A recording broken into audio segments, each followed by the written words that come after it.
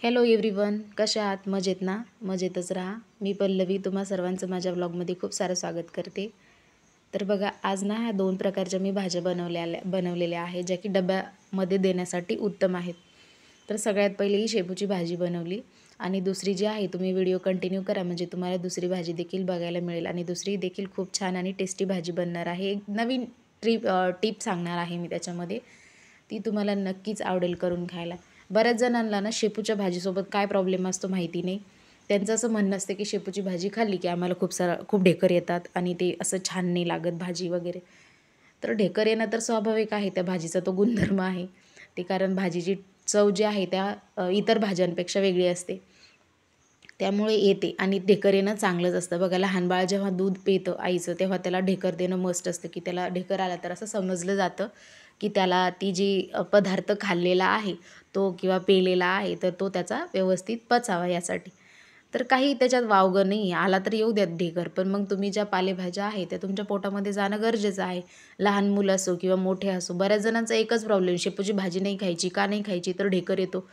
अरे येऊ देत ना ढेकर, काय प्रॉब्लेम आहे? पण ॲटलीस्ट त्या भाज्या जर तुमच्या पोटामध्ये गेल्या तर चांगलंच आहे ना, काय त्याच्यामध्ये हे आहे.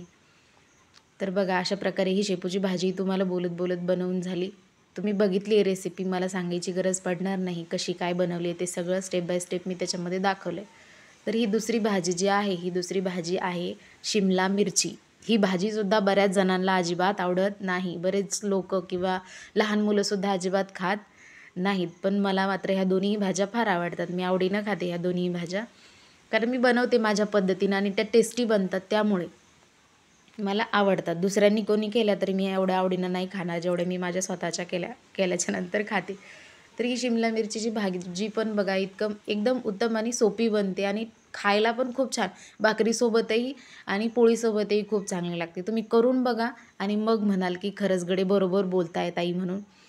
तर बघा, अशा पद्धतीने जर बनवाल तुमची भाजी छान बनेल. काही नाही, साधी सोपी रेसिपी आहे एकदम. तुम्हाला कुठून काही मसाले किंवा काही वेगळं पदार्थ त्याच्यामध्ये घालायला बाहेरून आणायचा नाही आहे. माझ्या सगळ्या रेसिपीज ज्या आहेत अशा सिंपल आणि साध्याच असतात. तुम्हाला मी आधीच्या याच्या व्हिडिओमध्ये सुद्धा सांगितलं होतं, की या छोट्याशा आपल्या घरगुती सामानामधून आपण जे काही चांगलं उत्तम आणि बनवू शकतो तेच मी बनवण्याचा प्रयत्न करते. तुम्हाला महागामध्ये किंवा दुकानातून पळपळ करणार नाही. तर बघा, ही अशा प्रकारे आपल्याला ही भाजी बनवायची. ती तेलामध्येच परतवा. त्याच्यामध्ये आपल्याला पाणी नंतर ॲड करायचं आहे आणि ते बी खूप कमी प्रमाणामध्ये.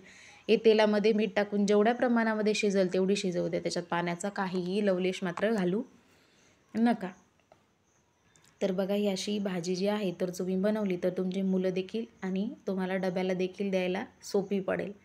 पण खाल्ली पाहिजे मला तरी वाटतं. ह्या ज्या भाज्या आहेत, शिमला मिरची आहे, शेपू आहे, अशा 2-3 भाज्यांचे नावं जर घेतले तर ते तुम्हाला काही मुलांना तर ते नाव घेतलेले सुद्धा आवडत नाहीत. खाणं तर वेगळंच राहिलं.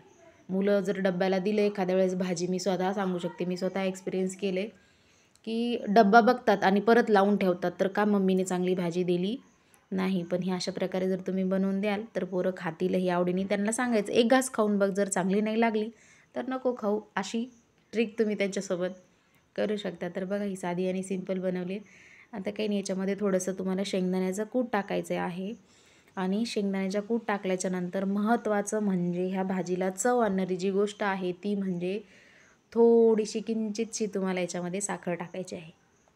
आता शिमला भाजीत साखर कोण टाकतं? तर मी टाकते, कारण मला ती फार आवडते. एवढीशी टाका. बघा, मी किती टाकली आहे तेवढीच टाका, जास्त टाकू नका. नाही तर इतकी वाटीभर टाकाल तर ती भाजी चांगली लागणार नाही. तर बघा, तुम्ही एकदा करून बघा आणि मग मला म्हणा की खरंच खूप छान भाजी झाली. आता याच्यामध्ये काय करा, थोडासा पाण्याचा शिपका मारा आणि त्याला ना झाकून ठेवा 2 मिनटं. म्हणजे कशी ती वाफळेल भाजी. वाफळल्याच्या नंतर अशी मऊ होऊन जाईल आणि खायला देखील फार छान लागेल. तर बघा, अशा प्रकारे तुमची भाजी देखील तयार झाली, हो की नाही? तर नक्की करून बघा आणि झाल्याच्या नंतर मला सांगा की कशी झाली होती तुमची भाजी. आणि मुलांना डब्यात देखील द्यायला विसरू नका. Bye, take care.